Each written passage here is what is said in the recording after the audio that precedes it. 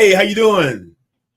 Good afternoon. It's Gus Tucker here at Financial Freedom Friday. How are you doing? Hopefully you're having a great day. Things are going well.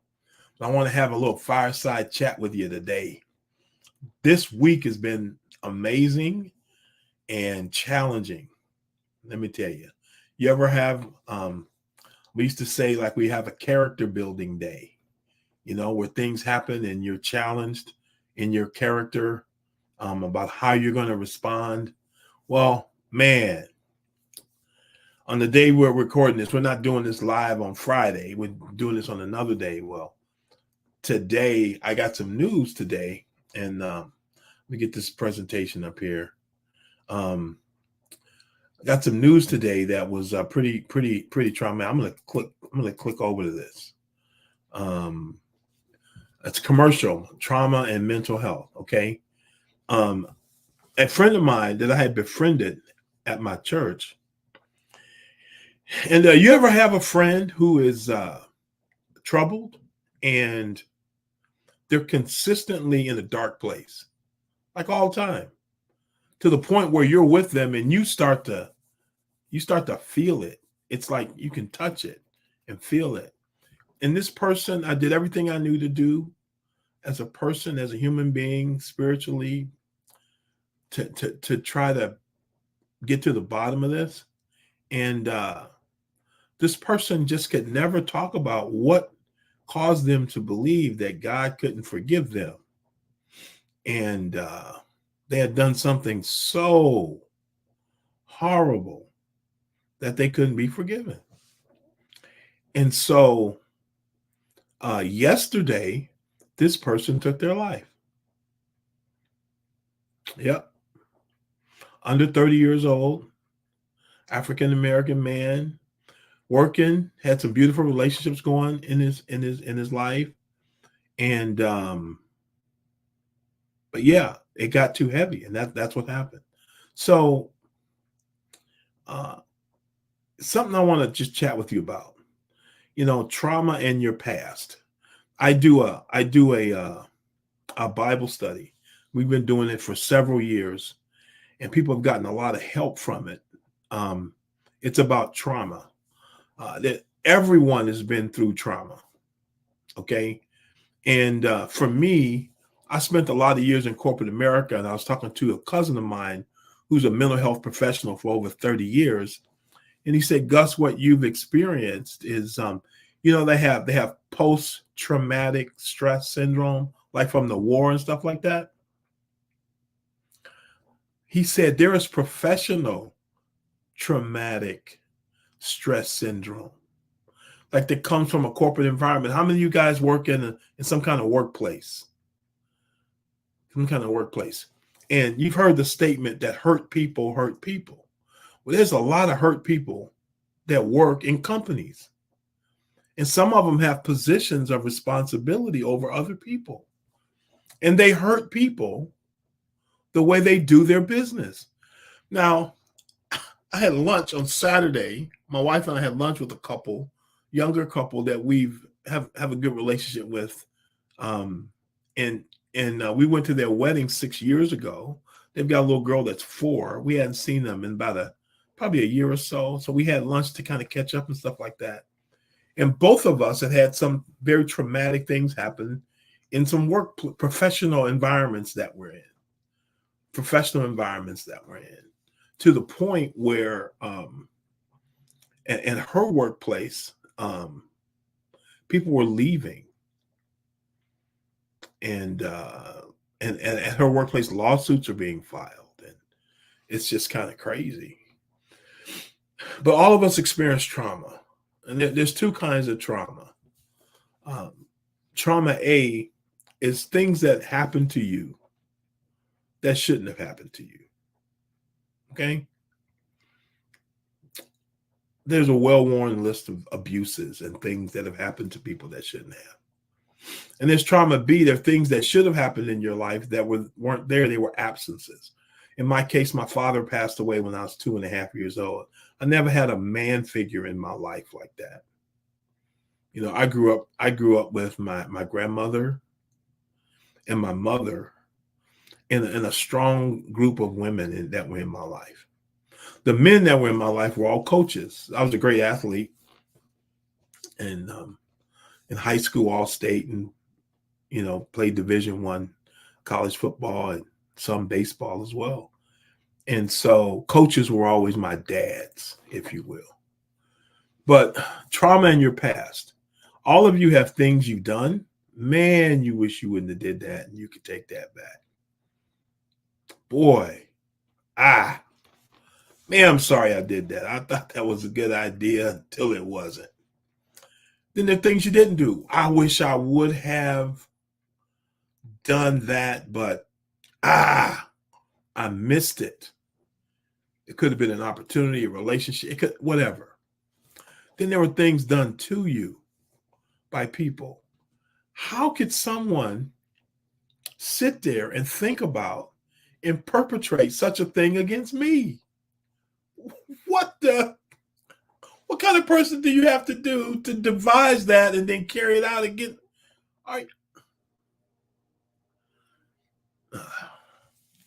Then there's things like that you want to happen by now in your life, whatever age you are. You wish they would have happened, should have happened, but they haven't so far. They're kind of like things in the past, missed opportunities. Okay. And then there's trauma in your right now. You're doing everything you know to do right now. And guess what? It's not working. I'm doing everything I know to do right now, and it's not working.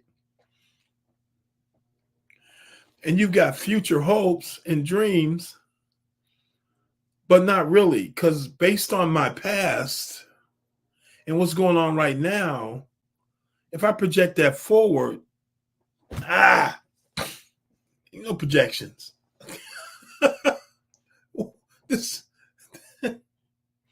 So what I want to say to you is suicide is never the answer. My friend, we talked every day for a period of time, and I sought to bring some comfort and help. And then we just trailed off from keeping in touch. Then he stopped coming to our place of worship, and he said he found another place. And I had just sent him a text last week that said, "Hey, man, I was talking to another person at church. They say you found another place to worship and where you feel more at home." And I said, "Man, I'm happy for you. I just want you to know, beyond a shadow of a doubt, that God loves you, and we do too. And man, let's stay in touch." He sent me a one-word answer. Okay. Yesterday, he took his life. He came to the point where he decided that, you know what? There's no way out. Can I tell you something? That's a lie, and it's not true. There's always a way out. The one thing he wouldn't do, and this is the one thing I'm telling you not to do, he would never share the specifics of his burden and what was causing him to feel not able to be forgiven. He would not share that with anyone, and he just carried it. There's nothing that you've done, there's nothing that has happened to you that you can't share with another human being that loves you and cares about you, that's not going to judge you, and then it can be worked through. With you, God, and that person, and persons, you can work through it. Suicide is never the answer. Okay? Now, money is a thing that can be a source of frustration and great emotional distress. Because have you ever found there are very few people on social media or around that are saying, there's the person who's been in a bad place and now they've overcome it. Let me tell you how I did it. But there's not usually the person who's sharing with you the journey as they're going through it and they haven't had their breakthrough yet. Who wants to hear that story? But guess what? That's where most of us live. I'm not going to say I've arrived, but I've learned some things and some things are working for us. But are we exactly where we want to be? No. Is it happening? Yeah. Is it happening fast as we want to? No.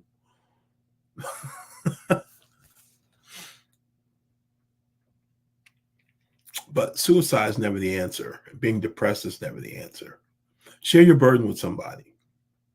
I suggest God first, and then share with another person, and then put together a strategy to work through it. It's not an overnight success kind of thing. Okay?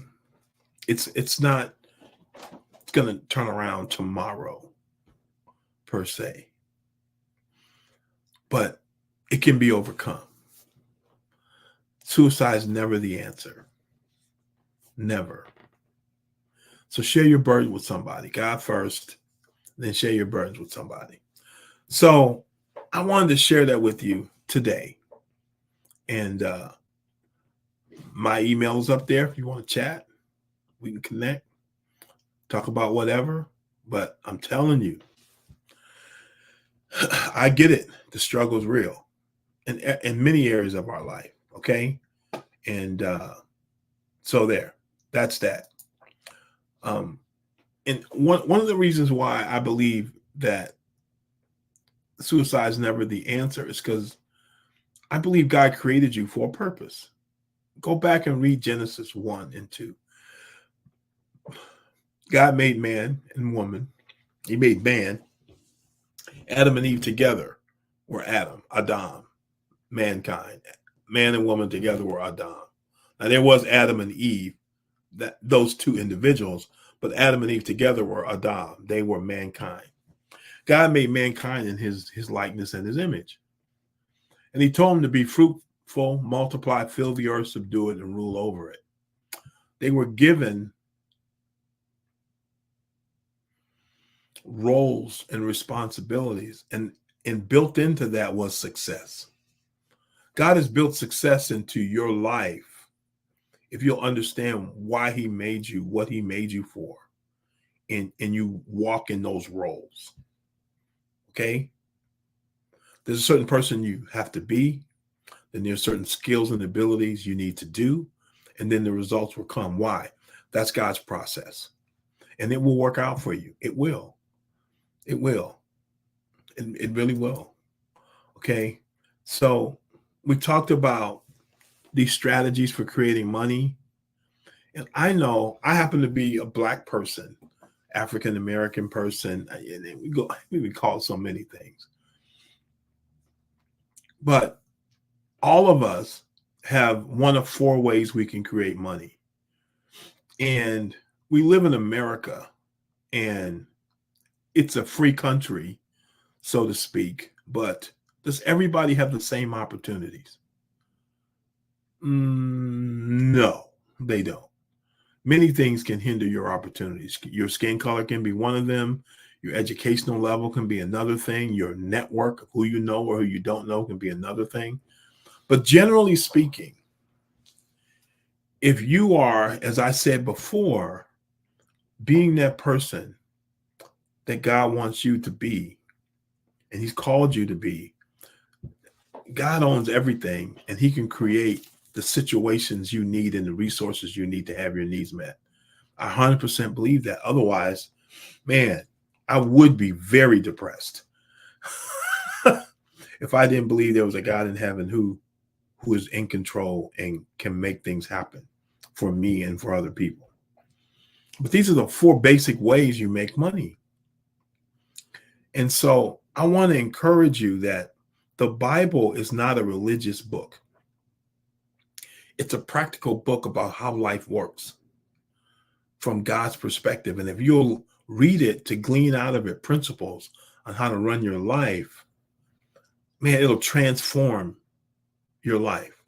These four areas are ways to make money. And another time we'll cover the four areas of value. If you've ever listened to Myron Golden, I encourage you to listen to him. Myron Golden, Myron Golden, Myron Golden. He's one of my coaches. And he talks about the four levels of value and how you create value out of Genesis 1 and 2. And so as you as a person learn how to be more valuable and create more value, you'll make more money. And the way you create your value matters. The way you create your value. You can create your value through physical labor, which is the hardest way and the lowest return way. The second way is through managing people. The second way is through managing people. And you can be in all of these quadrants and be managing. You can be an employee managing people. You can be a self-employed person managing people. You can be a business owner managing people, or an investor managing people. But there's doing the physical work yourself. There's managing people. The third way is through communication, your ability to communicate. Now, think about people that make a lot of money and they're in the communication business.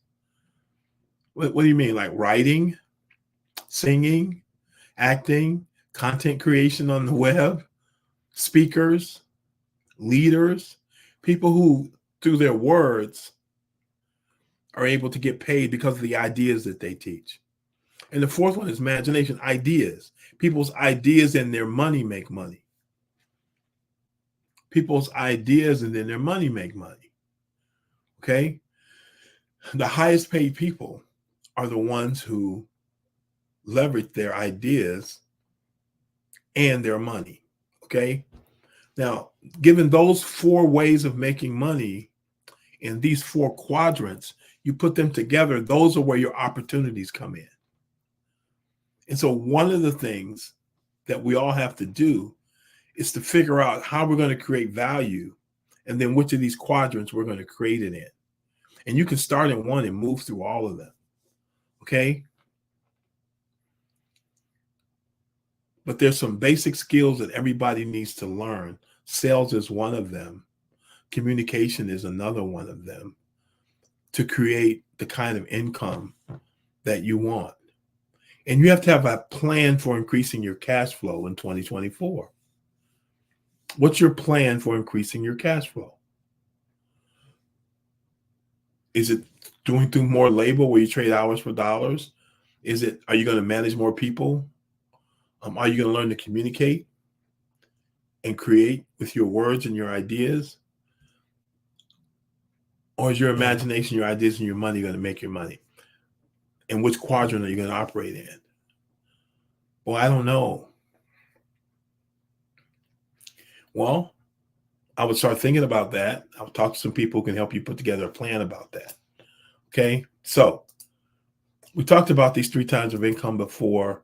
We talked about this. I hope this sunk in a little bit about financial security, that if you're at 65 and you want to retire on $60,000 a year, you need $1.5 million saved. Because that $1.5 million in an account and you live on 4% of it a year, it's $60,000. And then this is how, and if we talked about the rule of 72 and how if the S&P 500, depending on who you talk to, her estimates as low as 8. Some people will say 9 or 10. This weekend, I was looking at it with somebody, it's 9.2%. I use 8%.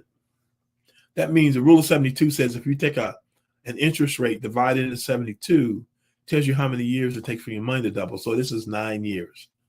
So if at 65, you want 1.5 million, 9 years before that, you need to have 750. And you go all the way back down. And at 2 years old, you need to have 12 grand. And you need to have 6 grand at minus 7 years old. So when do people start falling behind? Before birth. So the point of this slide is, hey man, we got to get aggressive about making money and saving money to have the future that we want to have. Got to get aggressive behind it.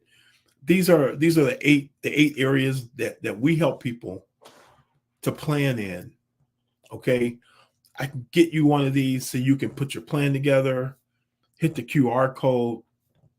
Hit me up if you're interested. But you're going to have to deal with these different areas. It's just, you can't get around it. You can't get around it. Okay, there are things we have to do financially because you need a plan that organizes your finances and your cash flow to be financially independent and debt free. What do I mean financially independent?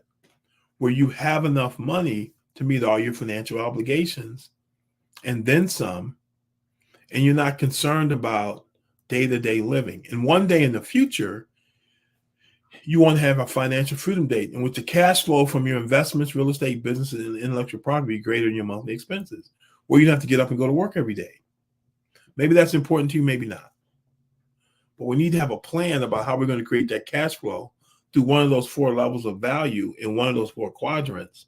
And then we need to have a plan what to do with the money so it creates this reality in our life. Okay? And so right now you're in one of these 3 places. And I know you're doing your taxes right now. Taxes are due in about a week. And if you haven't already filed, you're scrambling around and doing everything to file now. But look at your numbers and find out where you're at. Is your income greater than your expenses every month or on an annual basis?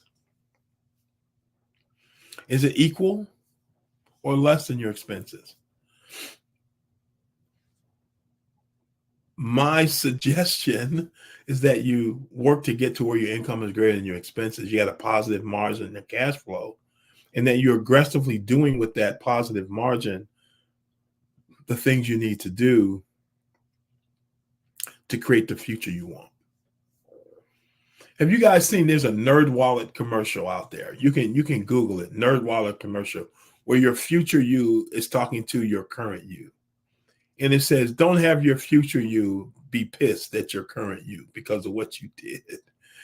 And there's these old people, they in this commercial, they're 103 years old and they're working with this 25-year-old kid who's about to do a performance review with them. And they're still working. Oh man, it's amazing. It's an amazing commercial. But the idea here is that we need a plan. Okay. And it's a simple concept. One, spend less than you make. If you want to be poor, save or invest 10% of your income. You want to be middle class, 20%. You want to be wealthy, 30% plus.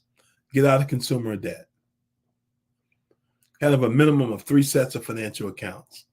Short-term accounts that have a minimum of 3 months living expenses in them. 1 to 5 year accounts that are tied to purchases that you want to make. Okay? So you got a plan for your money. And then 5+ year accounts that are for your financial independence. This isn't money you're going to touch because it's for the long term. That's what we were talking about when I showed you the 1.5 million and living off the 4%. So we're doing all these things at the same time. We're putting these plans together and we're doing it all at the same time. Then we need to look at our financial statements. First, we need to create our financial statements. How do you do that? Well, you got to have a cash flow management system of some type. I encourage you to look hard at Rocket Money. There are all kinds of them, but look at Rocket Money because it tells you where your money's being spent. It'll help you do a good job of spending it, and it'll begin to help you create margin by cutting out stuff you don't need, understanding really where you're at. So I would really encourage you to do that. Do you have a high interest savings account where on a weekly basis or however you get paid or however cash flow happens, a certain percentage of that already goes into an account, gets swept off into an account, an automatic savings plan? Do you have that in place? Man, that's one of the first things I would encourage you to do. An automatic savings plan, an automatic giving plan. Why a giving plan? Because generous people tend to do better in life than those that aren't. Read Proverbs chapter 11. Proverbs chapter 11, verse 24 and 25. Okay, about the generous person. Then we need to set up what's your tax-free wealth growth and tax-free income plan so that when you're retired, your income is coming to you tax-free. It's growing tax-free. And when you get ready to use it, you're using it tax-free. Okay. What's your plan to make money on your monthly expenses? What are you talking about? Yep. The money you spend on your monthly expenses, you can actually get paid interest on that money that you're spending to pay your rent, pay your utilities, pay all that. There's a way to get paid on those.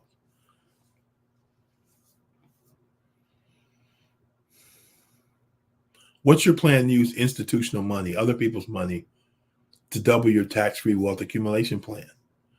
There's a way to use leverage, use other people's money to grow your money, and to do it in a way that's very risk controlled. Okay? So these are principles and strategies that the wealthy use to make money, and we want to put them in place for you. So let's get started on that. Okay, now we're going to start by building our financial statements. And so an income statement is your income minus your expenses. And that's going to really happen through that Rocket Money plan, because you're going to line up all your accounts in which money comes in and money goes out. And these two statements will be able to put up, after a couple of months, you'll be able to see the flow. And the thing is, that flow is showing you your habits. Those statements, that's who you are, not who you think you are, but who you actually are, what's happening with your money in real life. Okay? We got to get a handle on that. Got to get a handle on that. The money comes in, then the money goes out. How much of it just goes and pays monthly expenses? How much of it goes to assets that are long-term going to build you money? Real estate investment property, businesses, investments that are going to build you. Then liabilities are things that cost you money.